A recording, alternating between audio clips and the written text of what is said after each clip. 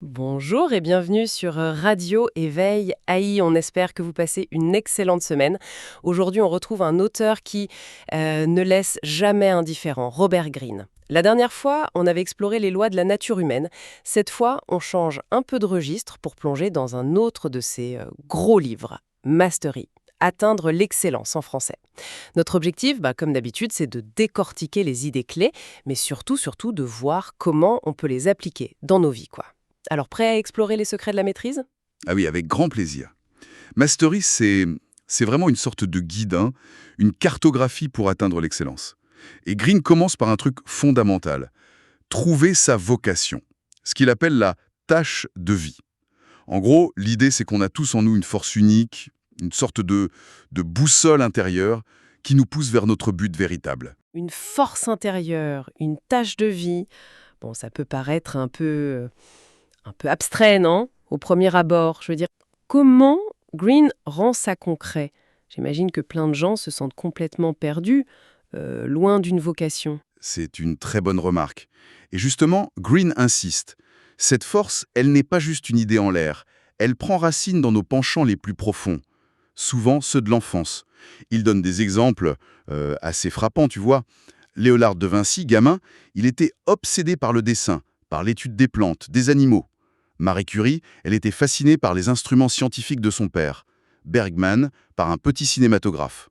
Ces passions d'enfance très intenses, ce sont les premiers signes de cette unicité. Et d'ailleurs, l'unicité, c'est pas juste une belle idée, hein, c'est biologique. Notre ADN est unique. D'accord, les exemples sont forts pour des génies comme ça, mais pour nous, les gens normaux, pris dans le quotidien, la pression sociale, le besoin de gagner sa vie, comment on fait pour retrouver ce fil, cette petite voix si on l'a complètement perdue de vue? Et puis comment être sûr que c'est pas juste une envie passagère ou l'influence des autres? Green est très pragmatique là-dessus en fait. Il propose un processus, disons, en 3 étapes. D'abord, 1. Se reconnecter avec soi-même. Explorer son passé, chercher les activités qui nous absorbaient complètement quand on était enfant. Ces moments où on se sentait vivant, puissant. Faut écouter attentivement, quoi. Deuxièmement, trouver le domaine, la niche, où ce sentiment d'émerveillement y revient. Et troisièmement, ça c'est crucial, revendiquer son indépendance. Essayer de créer ses propres conditions autant que possible. Et pour y arriver, il donne des stratégies. Oui, revenir aux origines, analyser ses réactions viscérales. Tu vois, qu'est-ce qui nous attire vraiment, qu'est-ce qui nous rebute instinctivement. Il met aussi en garde contre ce qu'il appelle les fausses pistes, genre être attiré par un domaine juste pour le fric ou la gloire. Il cite Mozart au début, qui cherchait ça avant d'imposer sa musique. Trouver sa niche très spécifique, c'est aussi une stratégie clé, presque darwinienne, dit-il. V.S. Ramachandran, par exemple, il a bâti sa carrière sur sa fascination d'enfance pour les coquillages bizarres, mais en l'appliquant à la neurologie. Ou Yuki Matsuoka, qui a mixé ses passions, le tennis et la robotique, pour créer la neurobotique. Intéressant.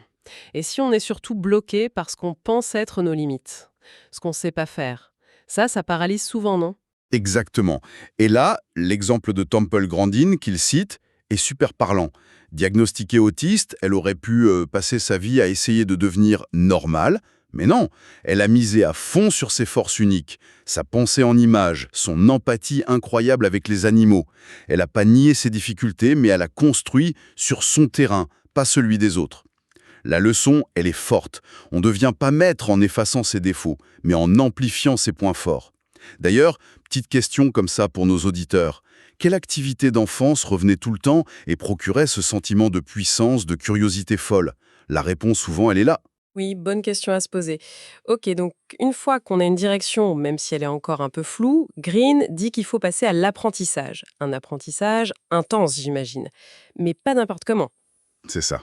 Deuxième grande étape. L'apprentissage idéal. Sa formule, c'est se soumettre à la réalité. Ici, le but, c'est pas d'empiler les diplômes ou de chercher le prestige. Non, le vrai but, c'est de transformer son esprit, d'acquérir une compréhension vraiment profonde du domaine. Et ça demande beaucoup d'humilité. De l'humilité? Ah oui, ça va un peu à contre-courant de l'époque, ça. On nous parle plutôt d'affirmation de soi, fake it till you make it. Comment elle se traduit cette humilité dans l'apprentissage concret? C'est un point clé, oui. Green décompose ça en 3 modes. D'abord, l'observation profonde. C'est le mode passif. Quand on débute, il faut surtout regarder, écouter, absorber les règles, les codes, les dynamiques sociales, sans juger trop vite. Darwin, sur le bateau Le Beagle, il a passé des mois à observer discrètement avant de s'imposer. Ça lui a permis d'éviter les pièges et de se concentrer. Ensuite vient l'acquisition de compétences. Là, c'est le mode pratique. Faut choisir une compétence de base et s'y mettre à fond. Green est un ennemi du multitâche à ce stade. L'important, c'est la concentration. Chercher le feedback et répéter, répéter, répéter, jusqu'à ce que ça devienne une seconde nature. La connaissance tacite, quoi.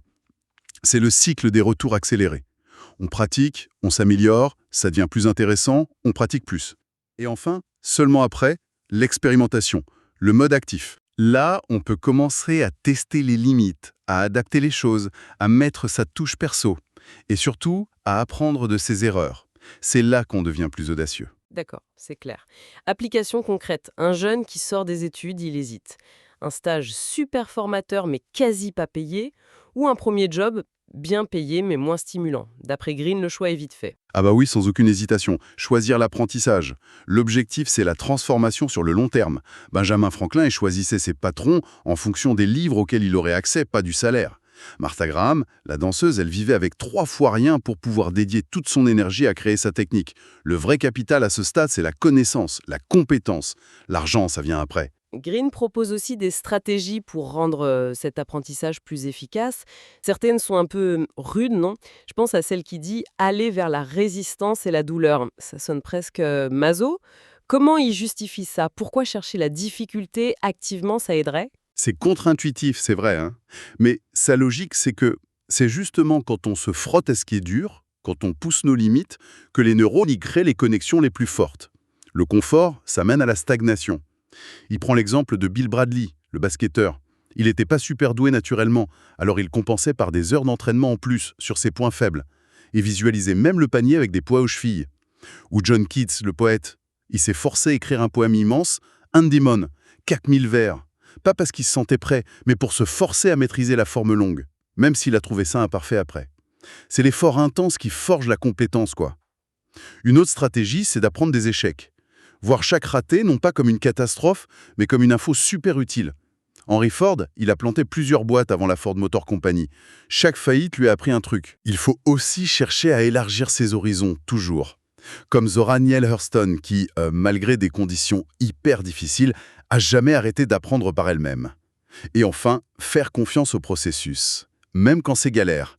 César Rodriguez, le pilote de chasse, c'était pas un naturel. Il a douté, mais il s'est accroché. Et il est arrivé au top. L'histoire de Ford est parlante, oui. Ça invite à se demander comment je peux transformer mon dernier plantage en leçon. C'est intéressant. Bon, on a la tâche de vie, l'apprentissage intense, mais Green dit qu'il y a un autre truc crucial. Souvent, le grain de sable dans l'engrenage, c'est ça, le facteur humain. Absolument. C'est la troisième grande partie, développer son intelligence sociale. Et Green est très clair là-dessus. Un des plus gros freins à la maîtrise, c'est pas technique, c'est relationnel. Les jeux de pouvoir, la politique de bureau, l'envie, la manipulation, tout ça, ça peut flinguer un parcours. Ah oui, le fameux « c'est pas ce que tu sais, c'est qui tu connais ». Mais Green, il va plus loin que ça, non? C'est pas juste une question de réseau. Beaucoup plus loin. Il parle de dépasser la perspective naïve. C'est quoi? C'est cette tendance qu'on a tous à projeter nos propres sentiments, nos intentions sur les autres. On pense qu'ils fonctionnent comme nous. Et ça, c'est une source énorme d'erreurs de jugement. Faut apprendre à voir les gens comme ils sont, pas comme on voudrait qu'ils soient. Benjamin Franklin, encore lui, c'était un maître pour ça. Il analysait froidement les motivations des autres. L'anecdote du livre rare qu'il demande à emprunter à un opposant politique, Isaac Norris. Il n'en avait pas besoin du livre. C'était juste pour flatter l'ego de Norris et le manipuler gentiment. C'est une illustration parfaite. Observer sans juger, décoder les motivations, piouf, c'est un sacré boulot.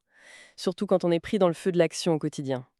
C'est quoi les clés pour développer ça d'après Green? Il insiste sur l'observation détachée.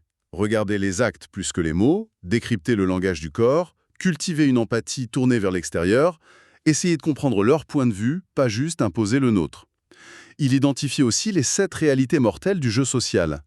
L'envie, le conformisme, la rigidité, l'égoïsme, la paresse, l'inconstance, l'agressivité passive. Apprendre à repérer ça chez les autres et en soi, c'est vital pour pas se faire avoir. Ok, situation concrète, on bosse dans une boîte où tout le monde doit penser pareil, ou alors on a un collègue qui est clairement envieux. Comment on gère ça intelligemment? Sans entrer dans le conflit direct, mais sans se laisser bouffer non plus. Green suggère des approches fines, quoi. Franklin, il utilisait un charme calculé, la flatterie indirecte. Molière, apparemment, il supportait les casse-pieds avec patience, pas par faiblesse, mais pour mieux les observer et s'en inspirer. L'artiste Teresita Fernandez, elle a appris à contrôler son image pour déjouer les stéréotypes. La clé, c'est de ne pas réagir à chaud. Analyser, adapter sa stratégie pour protéger son énergie et ses buts. Et ce qui est vraiment fascinant, c'est le lien direct que Green fait entre cette intelligence sociale et l'étape d'après, l'éveil de l'esprit créatif. En gros, si on devient meilleur pour gérer les relations sans y laisser toute notre énergie, on libère de l'espace mental pour la créativité. Ah, intéressant ce lien. Donc, mieux gérer les autres égale plus de bandes passantes pour innover, pour être original? Exactement. On peut alors passer de l'esprit conventionnel, celui qui suit les règles, qui a peur du jugement, qui aime la routine, à l'esprit originel.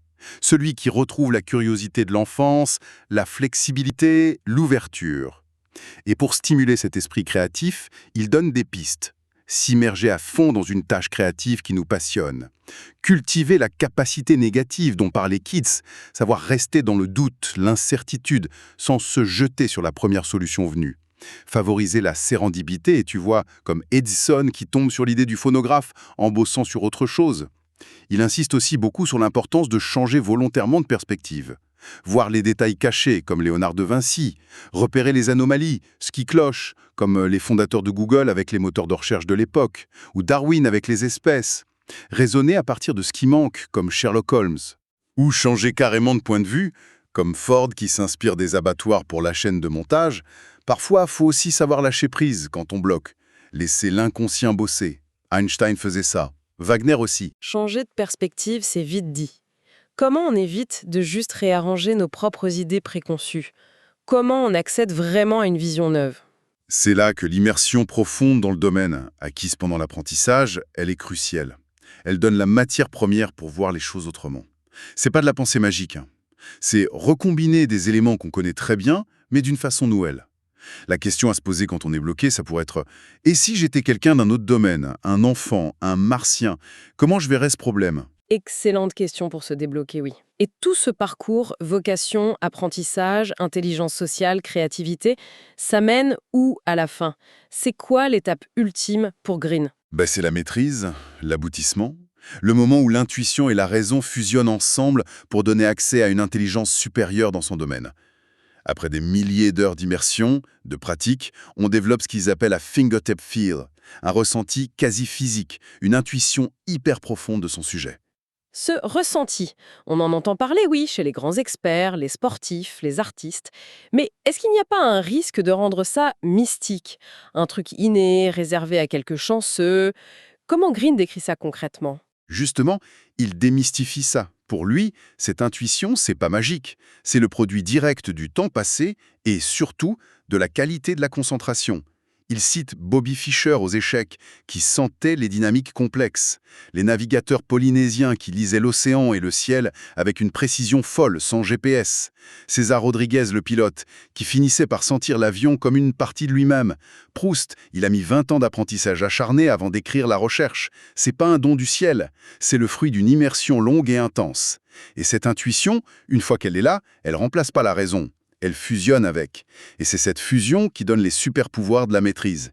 L'anticipation, la vitesse de décision, la précision, une vision d'ensemble que les autres n'ont pas. D'accord. Mais alors si c'est pas réservé au génie, comment on fait pour cultiver activement cette intuition?